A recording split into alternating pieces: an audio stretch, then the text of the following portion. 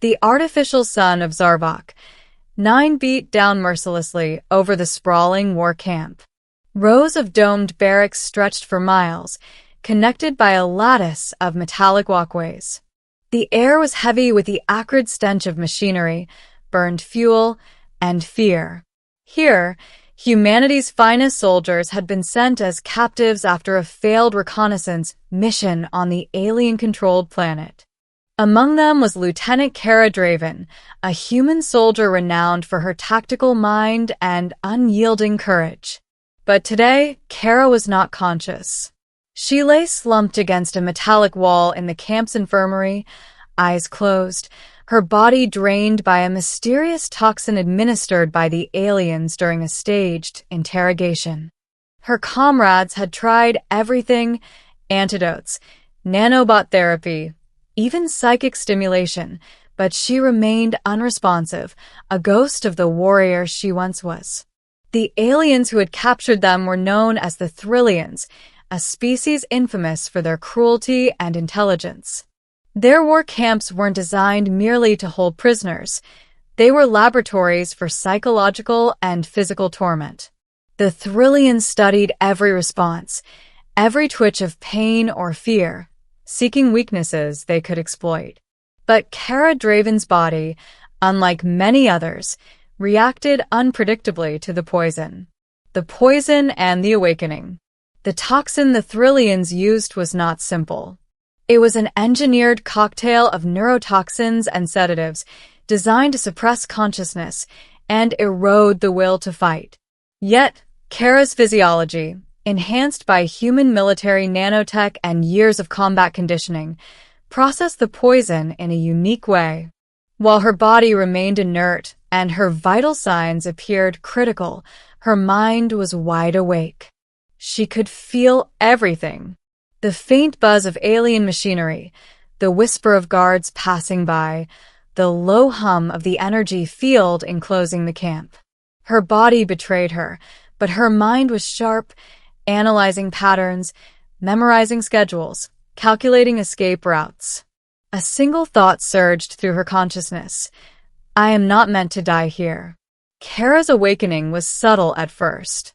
A flicker of heat in her fingertips, a heartbeat out of sync with the others, a tightening in her chest that transformed into controlled energy. She realized that the poison, while intended to weaken her, had in fact triggered an unexpected physiological reaction. Her body, in its extreme survival mode, began repairing itself at a speed even the Thrillians had not anticipated. The silent preparation. Days passed, though to Kara it felt like an eternity. She observed the camp meticulously. Every patrol route, every guard shift, the locations of the armories, and the infirmary's med bays. She cataloged weaknesses in the camp's security systems, noting cracks in their energy shields and the timing of the automatic defenses. Kara's first conscious act was subtle, a single whisper of interference in the alien communication network. Tiny, almost imperceptible, yet enough to make the Thrillians trust their systems less. She could feel the poison still lingering, coursing through her veins in diluted waves, strengthening her mind even as it weakened her body. One night, when the dual moons of Zarvok, 9 aligned, creating a rare magnetic surge, Kara attempted her first real test. She moved her fingers, a feat the aliens believed impossible, manipulating the biometric locks on her own cell. The doors clicked open silently. No alarms triggered. The war camp's labyrinthine corridors suddenly seemed like a chessboard, each step a calculated move toward liberation. Kara didn't just plan to escape. She planned to dismantle the entire camp. The first strike. The initial phase of her plan involved minimal confrontation. Kara released several prisoners who were too weak to resist the aliens, but strong enough to act as allies. Using her enhanced perception, she guided them through ventilation shafts and shadowed walkways to strategic points. At precisely 3:17 local time, Kara activated the camp's environmental hazard systems remotely. A controlled release of inert gases, designed to test prisoners' endurance, was repurposed to disorient the alien guards. Alarms blared, lights flickered, and chaos rippled through the camp. The Thrillians were not prepared for a prisoner-led uprising, and the confusion was perfect. Kara moved through the chaos like a ghost, taking down guards silently with precision strikes, her body now fully healed by the accelerated nanobot response triggered by the poison. Each movement was calculated to minimize detection while maximizing impact. Allies and betrayals. Kara's allies included soldiers from various human units, some initially distrustful of each other. Their mutual respect for Kara's reputation quickly turned into fierce loyalty. Together, they navigated the camp's labyrinth, systematically neutralizing key positions: the communications hub, the energy core that powered the shields, and the armory that held alien weapons. Not all humans were trustworthy. A few had been broken mentally by the Thrillians and sought survival over freedom. Kara dealt with them swiftly, either convincing them to join her cause or isolating them to prevent sabotage. Her leadership was not born from charisma alone, but from an undeniable authority forged in battle and sharpened by suffering. The turning point, the pivotal moment, came when Kara reached the central command hub.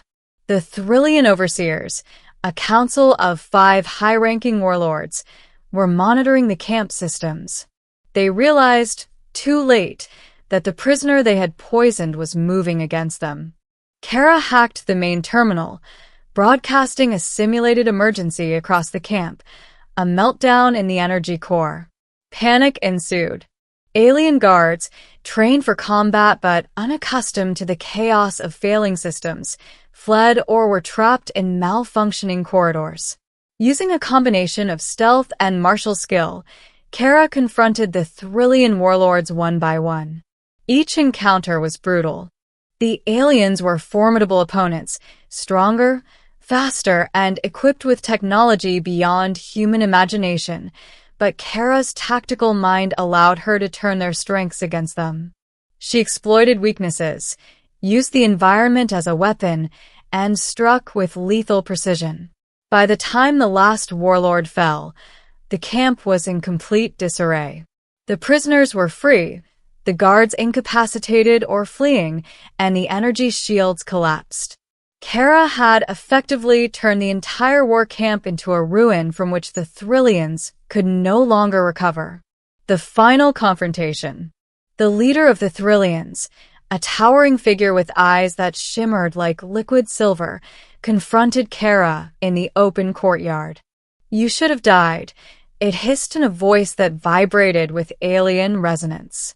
Kara stood tall, her body fully restored, her mind sharpened beyond normal human limits.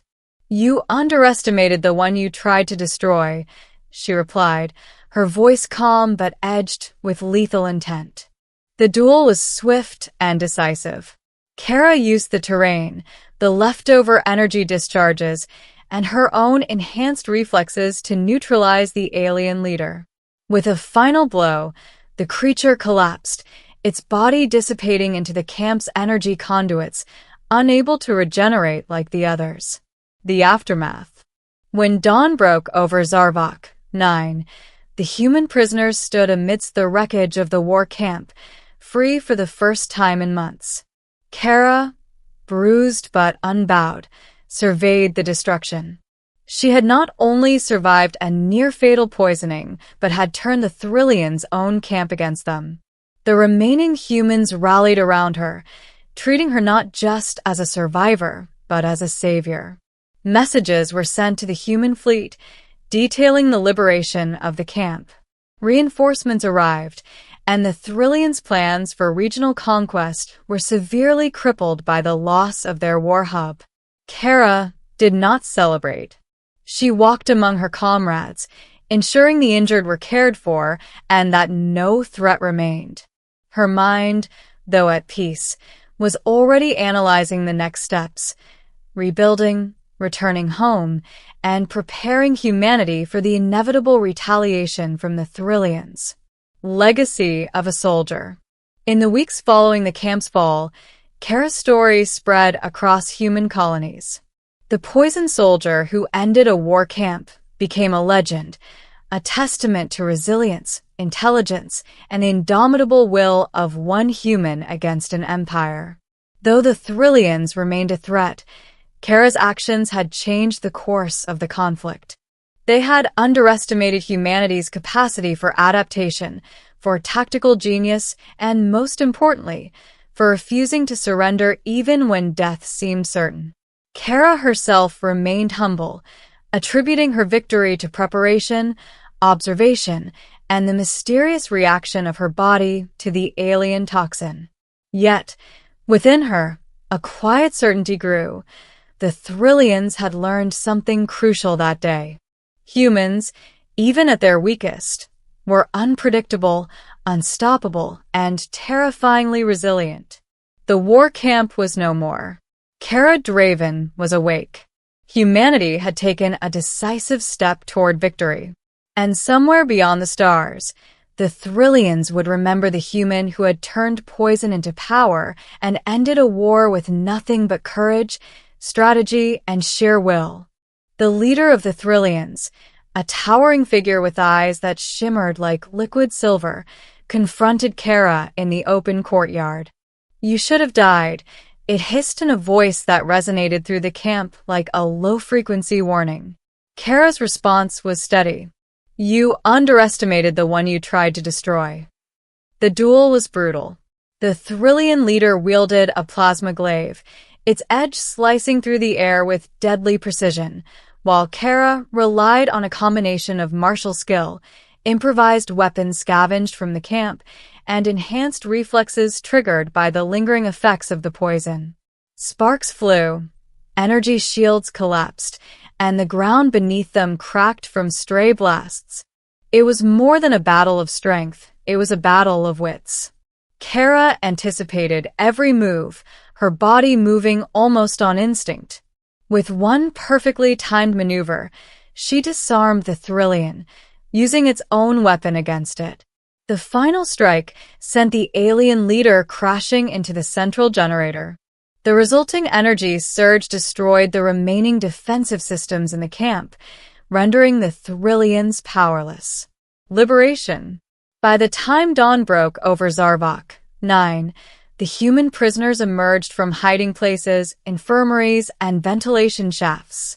Kara moved among them, checking for injuries, ensuring no alien patrols remained, and giving precise instructions for evacuation.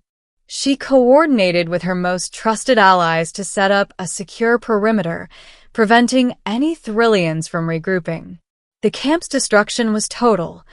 Barracks crumbled, energy conduits shorted out, and alien machinery lay in smoking ruins. The freed humans were awestruck. Many of them had seen their comrades die, had endured months of torture, and had lost hope entirely. Kara's leadership transformed despair into action.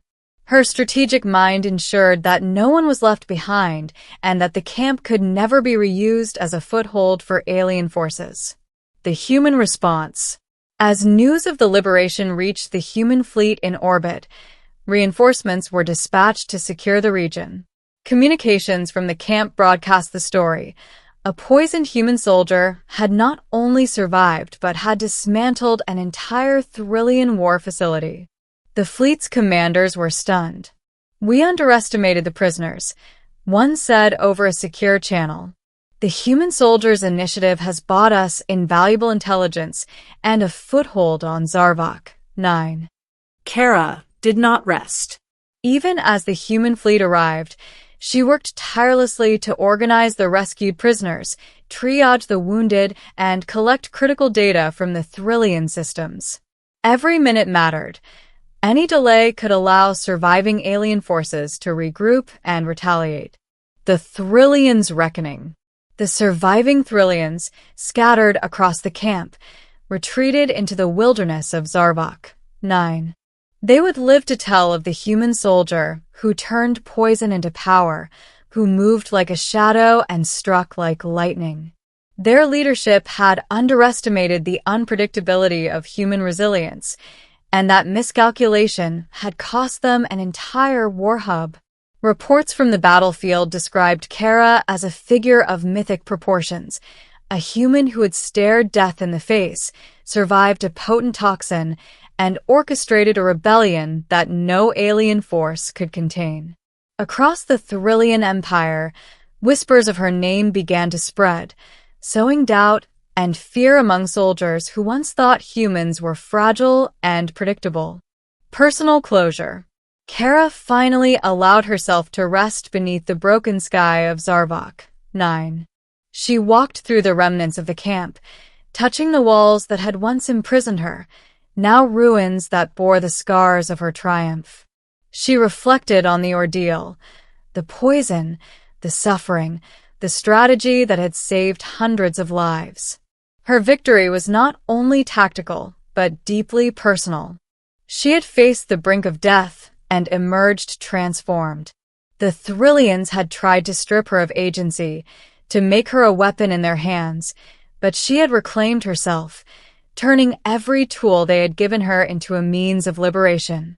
Her mind wandered briefly to home, the cities she had left behind, the families and friends who might never know the depth of her sacrifice. She knew she would return, but not as the same soldier.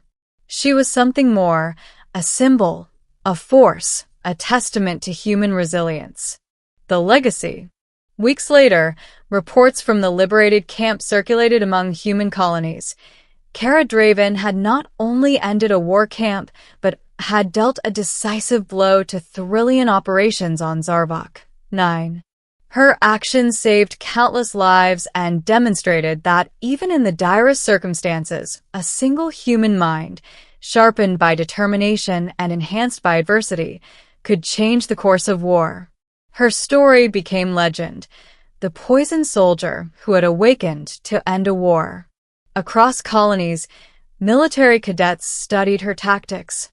Philosophers debated her choices.